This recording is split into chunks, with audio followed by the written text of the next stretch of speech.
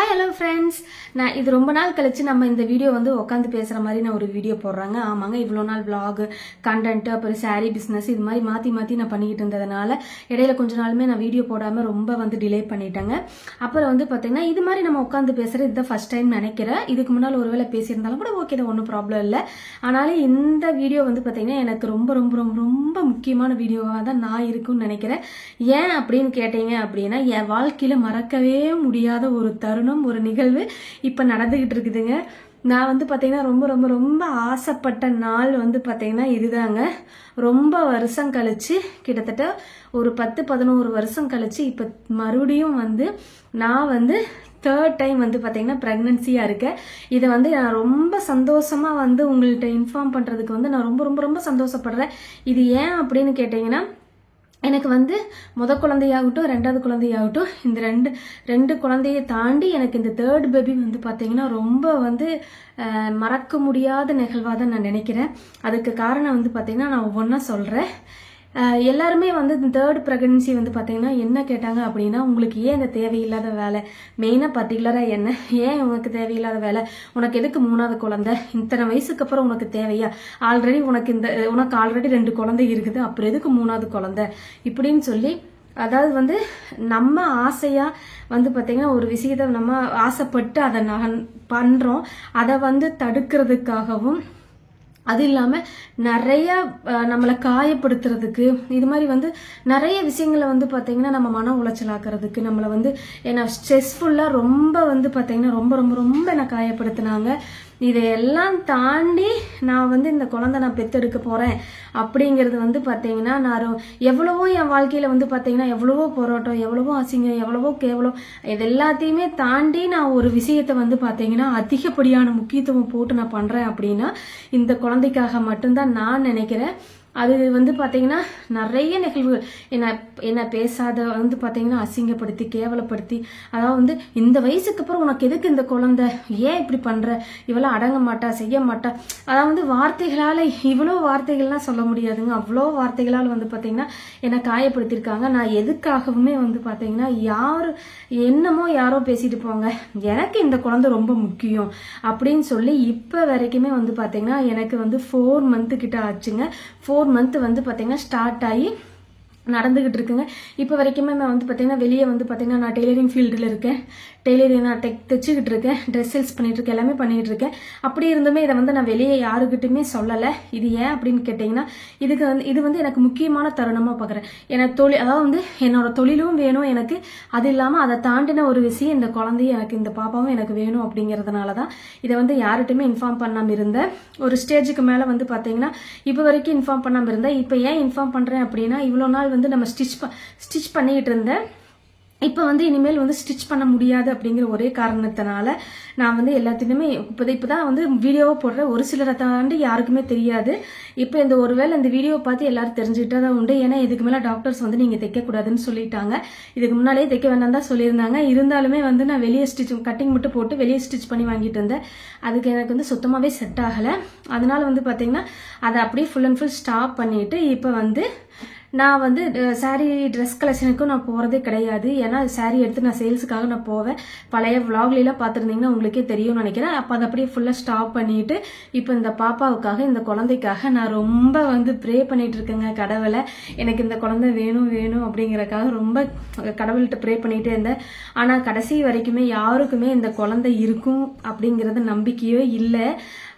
எப்படி சொல்றது, அதெல்லாம் வந்து பாத்தீங்கன்னா நிறைய போராட்டங்களுக்கு நடுவில் இந்த குழந்தைய நான் பெத்தெடுக்க போறேன் தாங்க சொல்லணும். அதாவது வந்து ஃபர்ஸ்ட் குழந்தையாகட்டும் செகண்ட் குழந்தையாகட்டும் எனக்கு விருப்பமே இல்லாம கிடைச்ச குழந்தைகள், உண்மை அதுதாங்க. அது வந்து நிறைய காரணங்கள் சொல்லலாம்.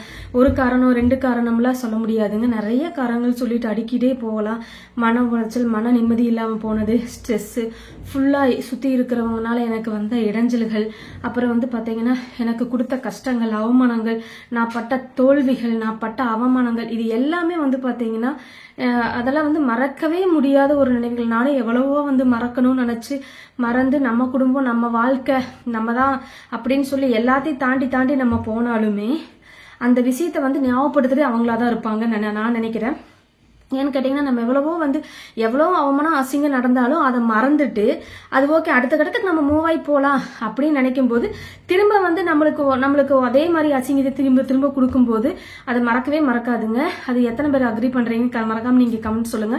ஃபர்ஸ்ட் குழந்தை ஏன் எனக்கு விருப்பம் இல்லை அப்படின்னு கேட்டா என்னோட கல்யாணத்துல எனக்கு நடந்த அசிங்கங்கள் அவமானங்கள் தாங்க. கொஞ்சம் நான் வேண்டான்ல அதுக்கு ஒதுக்கல. அதுக்காக இந்த குழந்தை பாத்தீங்கன்னா அந்த குழந்தை ஆயிடுச்சு அப்படிங்கறக்காக அந்த குழந்தைட்டு இது வரைக்கும் நான் எந்த ஒரு பகை உணர்வுமே காமிக்கலங்க. எனக்கு வேண்டா விருப்பமா கிடைச்ச குழந்தையா இருந்தாலும் என்னைக்குமே தாய் பாத்தீங்கன்னா தாய்க்கு எத்தனை குழந்தை பிறந்தாலும் அது குழந்தை மாதிரி தான் பார்ப்பாங்க. அது ஒரு பொக்கிஷமா தான் பார்ப்பாங்க. அது மாதிரி தாங்க நான் 2 குழந்தையுமே பொக்கிஷமா தான் இப்ப வரைக்கும் பாத்துக்கிட்டு இருக்கேன். நம்ம அந்த குழந்தைய குறும்பு பண்ணா திட்டுறது அடிக்கிறது அதெல்லாம் தாண்டி இப்ப வரைக்குமே எனக்கு அந்த குழந்தைக்கு மேல என்னைக்குமே இந்த 3வது குழந்தை வந்தாலும் எந்த குழந்தை வந்தாலும் சரி எத்தனை குழந்தை வந்தாலும் சரி எனக்கு அந்த பாசம் மட்டும் விட்டே போகாதுங்க. அது மாதிரி தான் உடனே உனக்கு குழந்தை பிடிக்காம தான் நீ வளர்த்திட்டு இருக்க அப்படின்னு நிறைய பேர் இது மாதிரி கேள்வி சொல்லியிருக்காங்க. எனக்கு அது எப்படிங்க ஒரு பெத்த தாய் பாத்தீங்கன்னா ஒரு குழந்தை வேண்டா விருப்பமா வளர்த்துவாங்க எனக்கு தெரியல. மத்தவங்கள எப்படின்னு தெரியல. என்ன பொறுத்தவரைக்கு எனக்கு எப்பவுமே எல்லா குழந்தைகளும் ஒரே மாதிரி தான். இன்னும் நான் 10 குழந்தைகளை பெற்றுக்கிட்டாலும் 10 குழந்தைகளும் ஒரே மாதிரி தான் பாப்பேன் ஒழிய இந்த குழந்தைக்கு ஒரு மாதிரி அந்த குழந்தைக்கு ஒரு மாதிரி தப்பு செஞ்சா யார் செஞ்சாலும் தப்பு தான் அப்படிங்கறத நான் கண்டிப்பா தட்டி கேட்பேன். அதே போலதான் எனக்கு ஃபர்ஸ்ட் குழந்தைங்க எதனால பிரச்சனை அப்படின்னு கேட்டா கல்யாணத்தினால நடந்த பிரச்சனை தாங்க, வேற எதுவுமே கிடையாது. கல்யாணத்துல ஏகப்பட்ட பிரச்சனை ஏகப்பட்ட எனக்கு மன உளைச்சல் இருந்ததுனால நான் அப்புறம் எனக்கு ரொம்ப சுத்தமாவே விவரம் தெரியாது. அதனால நான் எங்க வீட்டுல சொல்லியிருந்தேன் எங்க வீட்டுக்கார்ட்ட குழந்தை இப்போதைக்கு வேண்டாமம்மா விஷயம் தெரியாட்டியும் கூட நம்ம டிவியில பாப்போம்ல 90 கிட்ஸோட உங்களுக்கு தெரியும் இல்லையா, அது மாதிரி நான் ஃபர்ஸ்ட் குழந்தைக்கு என்ன சொல்லியிருந்தேன் இப்போதைக்கு குழந்தை வேண்டாம் அப்படின்னு சொல்லியிருந்தேன். ஆண்டவனா கொடுத்தா அதை ஏத்துக்கிட்டேன். கண்ணை மூடி திறக்கிறதுக்குள்ள பாத்தீங்கன்னா 2 வருஷம் ஓடிச்சு. 2 வருஷம் கழிச்சு திரும்ப ஒரு குழந்தை. எனக்கு அதே சூழ்நிலை திரும்ப அதே சூழ்நிலையில அதே இக்கட்டான சூழ்நிலையில அதாவது அப்போ ஒரு பிரச்சனை திரும்ப ஒரு பிரச்சனை.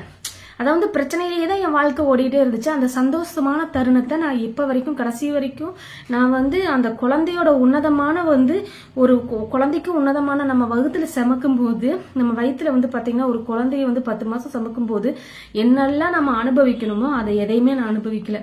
அது உண்மை, அதைத்தான் நான் சொல்லணும். ஏன்னு கேட்டீங்கன்னா ஃபர்ஸ்ட் குழந்தைக்காகட்டும் செகண்ட் குழந்தைக்காகட்டும் நான் இருந்த ஃபுல்லா நான் என்னை சுத்தி இருந்தவங்கனால எனக்கு கஷ்டங்கள் தான் நிறைய.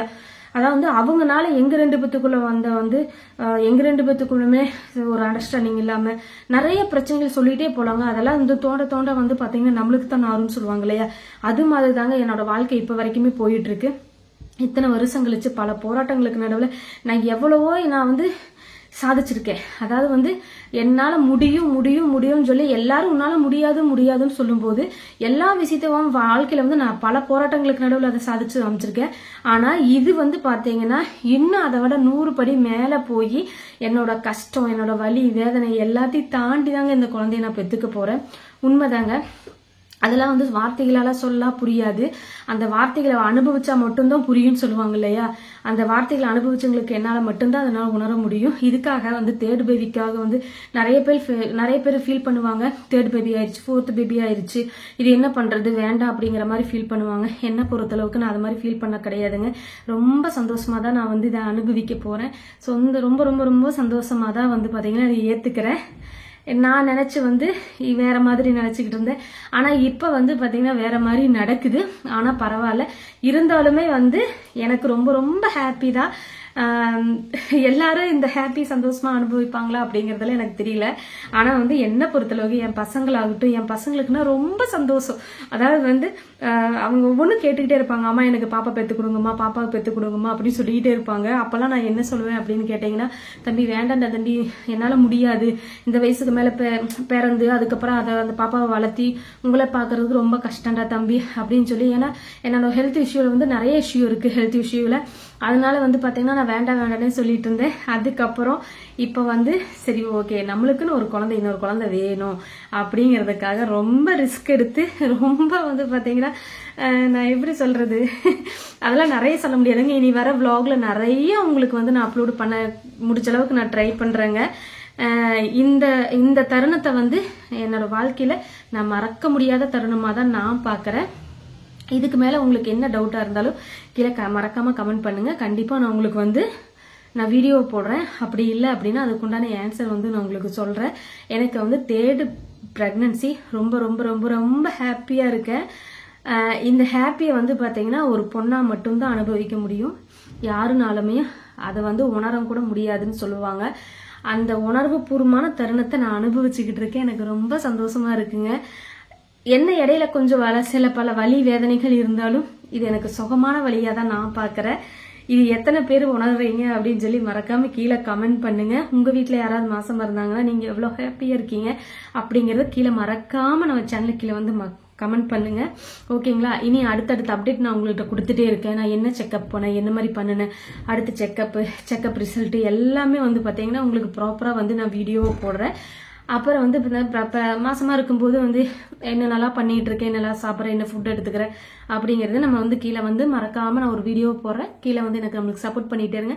ஓகே, இந்த வீடியோ பிடிச்சிருந்துச்சுன்னா மறக்காம நம்ம சேனலை வந்து சப்ஸ்கிரைப் பண்ணி ஃபாலோ பண்ணி அப்படியே வந்து பார்த்தீங்கன்னா அந்த பெல் ஐக்கனை கிளிக் பண்ணி வச்சிருங்க. Okay, by.